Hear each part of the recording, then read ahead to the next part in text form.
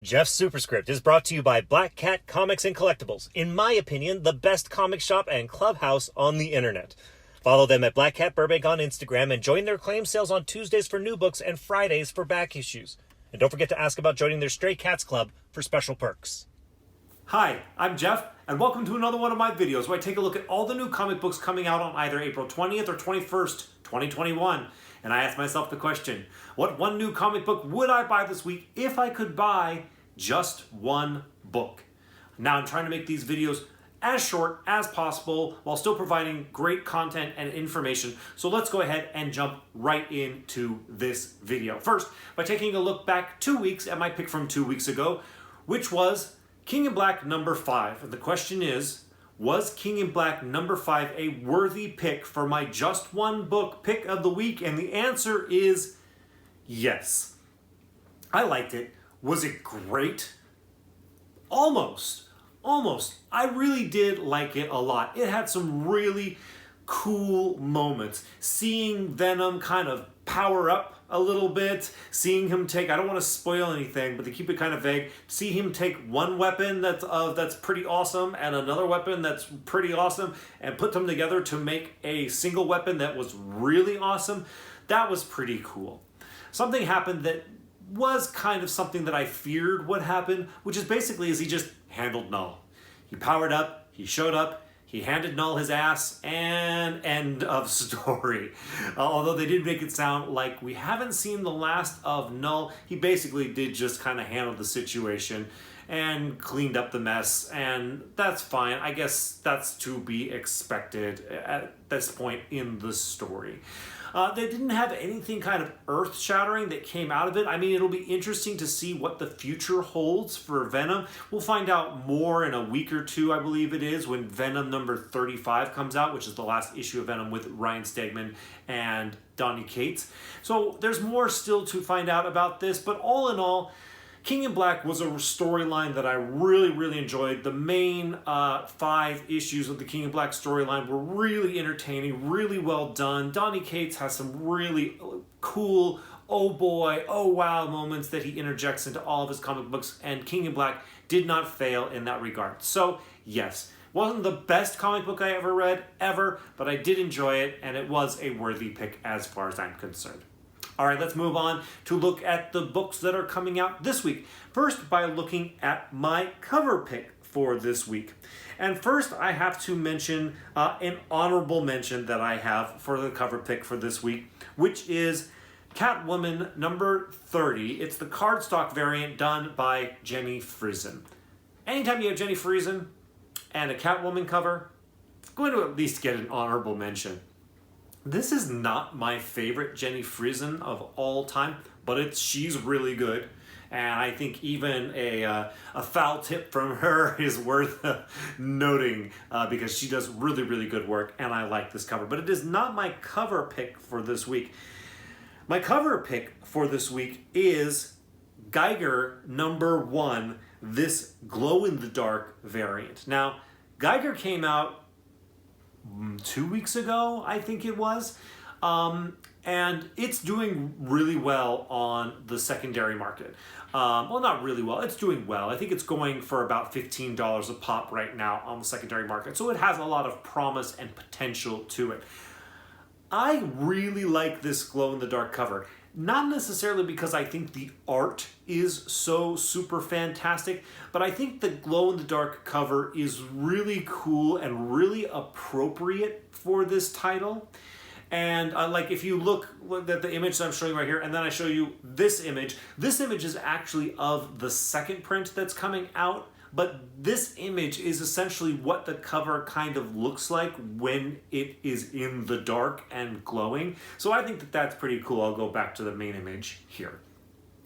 So I would pick this up basically because Geiger is already doing well on the secondary market, and I could see this cover being kind of sort of the copy of Geiger number 1 to have.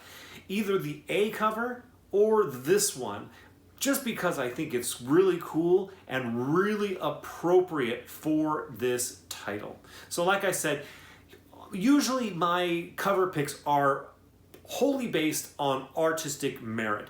This is based off of, I think that it has spec potential. And then I also think it's a cool idea and, like I said, appropriate to the comic book. I'm absolutely going to be picking one of these up. I have it pre-ordered at my LCS. I am ready to go on this. All right, let's go ahead and take a look at the new comic books that are coming out this week. Once again, this week I'm going to do what I did last week, and I'm only going to focus on the 6 comic books that I can fit into my thumbnail. So I'm going to focus on 6 comic books. These are presented basically in no particular order. The first book I want to point out to you this week, which actually was almost going to be my pick this week, is Many Deaths of Lila Starr, #1 from Boom Studios. Here is the description. A powerful new series for fans of the wicked plus the divine and the dreaming from Ram V and Felipe Andrade that explores the fine line between living and dying in Mumbai through the lens of magical realism. With humanity on the verge of discovering immortality, the avatar of death is fired and relegated to the world below to live out her now finite days in the body of a 20-something Layla Starr in Mumbai. Struggling with her newfound mortality, Layla has found a way to be placed in the time and place where the creator of immortality will be born. But will Layla take her chance to permanently reverse the course of future history, or does a more shocking fate await her? This is an interesting, original concept for a comic book. I find it quite compelling. I am actually personally not going to be picking this up, but because once again, I've said this a million times in these videos, if I can say no to something, I'm going to say no to it right now because I need to buy fewer comic books than more comic books. So I'm going to say no to this, but I'm going to keep a watchful eye on this book.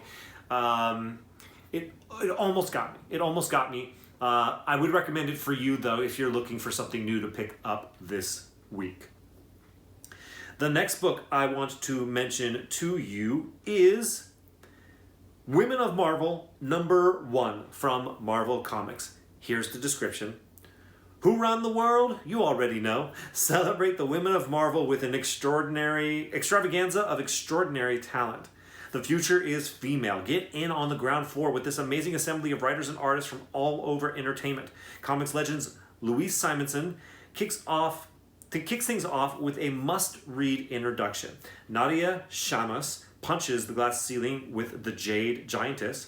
Elsa Snjunsen grits her way to the front line with Captain Peggy Carter. Sophie Campbell goes feral with the bone-grinding Marrow story. Video game and comics writer Anne Toole makes her Marvel debut in a blaze of glory. Natasha Alterici of Heathen fame charges sword first into the Marvel universe with astonishing art from new and established artists Kay Zama, Skylar Patridge, Joanna Estep, and more. You're sure to come away powered up and ready to slay in high heels and boots alike. All right, so if you watch my FOC video from a few weeks ago, I'll put the card for it right up there. You get a lot of information about the books that I'm not going to mention this week, but in that video, so it's worth checking out for that. But in that video, I'm going to kind of say the same thing now, which is that I like women that kick ass. I think they're fantastic. And I also think that, like, I was reading through these names and very few of them are familiar to me, which is probably part of the problem. Probably it's why it's good to have a book like this, so you can get female artists, writers, and characters more visibility. Because once again, I go back to my first statement, women who kick ass are awesome. So it's also Women's History Month, I believe, this month. This April, I think it is. Forgive me if I'm not. It would make sense if it is. So that might be another reason just to check it out and celebrate women. But I think that this is good. But ultimately, what it boils down to is that they need to be good stories, well written and well conceived and well presented. So hopefully this book has that. But I definitely think it's worth checking out. The next book I want to mention to you is along the lines of the previous book, The Mighty Valkyries, #1 of 5. It's a 5-issue limited series. The description reads, Jane Foster gets a fresh start and allies both old and new. Jane Foster believes she was the only Valkyrie left, but the fight against Null, the King in Black, proved her wrong. Now the Valkyries must redefine their roles in a changing world. Asgard's not going to make it easy. When Loki comes to Jane with rumors of a beast stalking the souls of Midgard, she leaps into action. But she's not the only one after the strange wolf's hide. She'll need backup, but her ancient co-worker has other priorities. Years ago, the warrior made a promise to a woman she loved, and now it's time to follow through. Get the real story behind the Marvel Universe's newest star, and don't miss the start of an all-new epic adventure from powerhouses Jason Aaron, Torun Grumbeck, names, and Mattia de Lulis. Jason Aaron is probably the main reason to pick up this book. Also, women kick ass, and I like women that kick ass, and it sounds like the Valkyries kick ass. So it might be worth checking out for that. It's a 5-issue limited series. It's a low commitment. I think it could be very cool and very worth picking up. Once again, I'm not going to, though. I apologize, because I am trying to say no to new comic books whenever I can. But this does sound interesting to me, and if I was just going willy-nilly, I would 100% pick up this title. The next book I want to mention to you is a book called Kojakuru The Skinner. This is from, this is #1. It's a limited series of 2. And it's from Dark Horse Comics. The description reads, Kojakuru the Skinner, the strange and enigmatic bane of Eastern European witches, has been dead many years. But from a bloodied French town in the throes of World War II, a plea for help carries across the winds of time. A desperate band of resistance soldiers and their white witch allies rest their fate in the hands of Kojakaru's ghost. And when she answers their call, it will be heard near and far. Celebrated horror writers Mike Mignola and Christopher Golden return to the story of Kojakuru the Skinner, once a small girl named Krina who befriended a witch-hunting golem. Rejoined by artist Peter Berting and colorist Michelle Madsen, the tale they spin will be one of horror, desperation, and ultimately hope. All right, once again, I'm a writer-focused guy, and as I've mentioned with a lot of these books, I'm focused on the writers, and Mike Mignola is, to me, the focus of this book right here. If you're interested in kind of a horror fantasy tale or anything from Mike Mignola or both things, this is something for you this week. The next book I want to mention to you is a book called You Promised Me Darkness, #1 from Behemoth Comics. Here's the description. Approximately every 75 years, Halley's Comet orbits around the sun, and every time this happens, people around the world are born with incredible abilities, special auras that grant them with supernatural skills. But those auras can also be cursed. Yuko and Sebastian, 2 siblings with special auras, are constantly running from an evil being known as the Anti-Everything, who feeds from these special auras, getting stronger with each intake. This being is obsessed with these brothers' aura and will not stop until he feasts on them. Now, this is one that just sounds interesting in concept. It sounds really pretty creepy and cool. The stakes seem high. This one sounds pretty interesting to me. Once again, man, this is why I have to say no to new comic books if at all I possibly can. If I can show just even this much resistance to it, I have to say no to them. Because if it wasn't for that, I would be picking up so many books. I'd be picking up Lila Starr. I'd be picking up You Promised Me Darkness. I'd be picking up Kojakuru The Skinner. I'd be picking up Return of the Valkyries. I'd be basically picking up everything that I'm mentioning to you on this list. But by way of survival, I have to say no, and I'm going to have to say no to You Promised Me Darkness, even though it does sound pretty cool and pretty interesting. And this actually, of all the ones that I just mentioned, sounds like almost, well, I was going to say this sounds like the one that would be most likely to be optioned, but I don't know that it would be, actually, based off of the fact that it seems kind of limited. It's just these 2 brothers running from this one character. Maybe it'd be a cool movie. But then also Lila Starr, or Layla Starr also sounds like an interesting premise as well. It could be an interesting television series. So anyways, good luck if you're looking for a new series to pick up this week, which one to pick up. I did find one to pick up this week, and it's actually my pick for this week. This was a odd week for me. There was really nothing that jumped out at me. There were a few things here that I've mentioned on this list that were interesting and that had potential, but when it came right down to which one to make my pick, I had to go with my gut. I had to go with my personal preferences. As always, these are the books that I would pick if I could buy just one book. And the book that I would buy this week, if I could buy just one book, in a week where I'm telling you, I have pulled Avengers number 45, which I didn't mention. I am pulling Haha number 4, which I didn't mention. Post Americana number 5, which I didn't mention. Sword number 5, which I didn't mention. This next book is the one book that I am going to give a shot. And that book is Way of X number 1 from Marvel Comics. Here's the description. The way to the future of X. Mutant kind has built a new Eden, but there are serpents in this garden. Some mutants struggle to fit in, some mutants turn to violence and death, and the children whisper of the patchwork man singing in their hearts. Only one mutant senses the looming shadows. Snared by questions of death, law, and love, only Nightcrawler can fight for the soul of Krakoa. Only he and the curious crew he assembles, including fan favorites Dr. Nemesis, Pixie, and Blink, can help mutants defeat their inner darkness and find a new way to live. This is the Way of X. Simon Spurrier and Bob Quinn push the frontiers of Krakoa in this unmissable entry into the bold new reign of X. I am a big X-Men fan. If you watch these videos regularly, and thank you so much if you do, you know that I am a big X-Men fan. I am trying desperately to find a modern X-Men title that I really, really enjoy. So far, the closest I've come to that is Sword, and even Sword is just kind of like, I mean, I'm looking for the magic that I had as a kid when I was reading stories about, you know, Wolverine, Cyclops, Colossus, Storm, Jean Grey, that classic team of the late 80s, early 90s.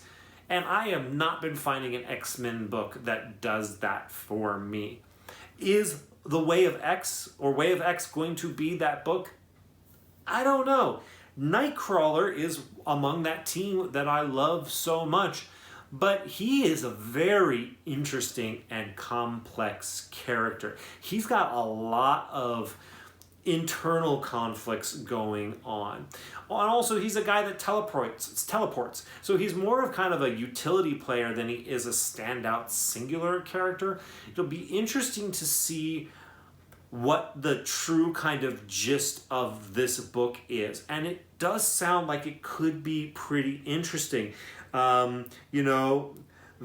only one mutant senses the looming shadows, Nightcrawler, so it'll be interesting to see how Nightcrawler and the team he puts together helps mutants fight their inner demons.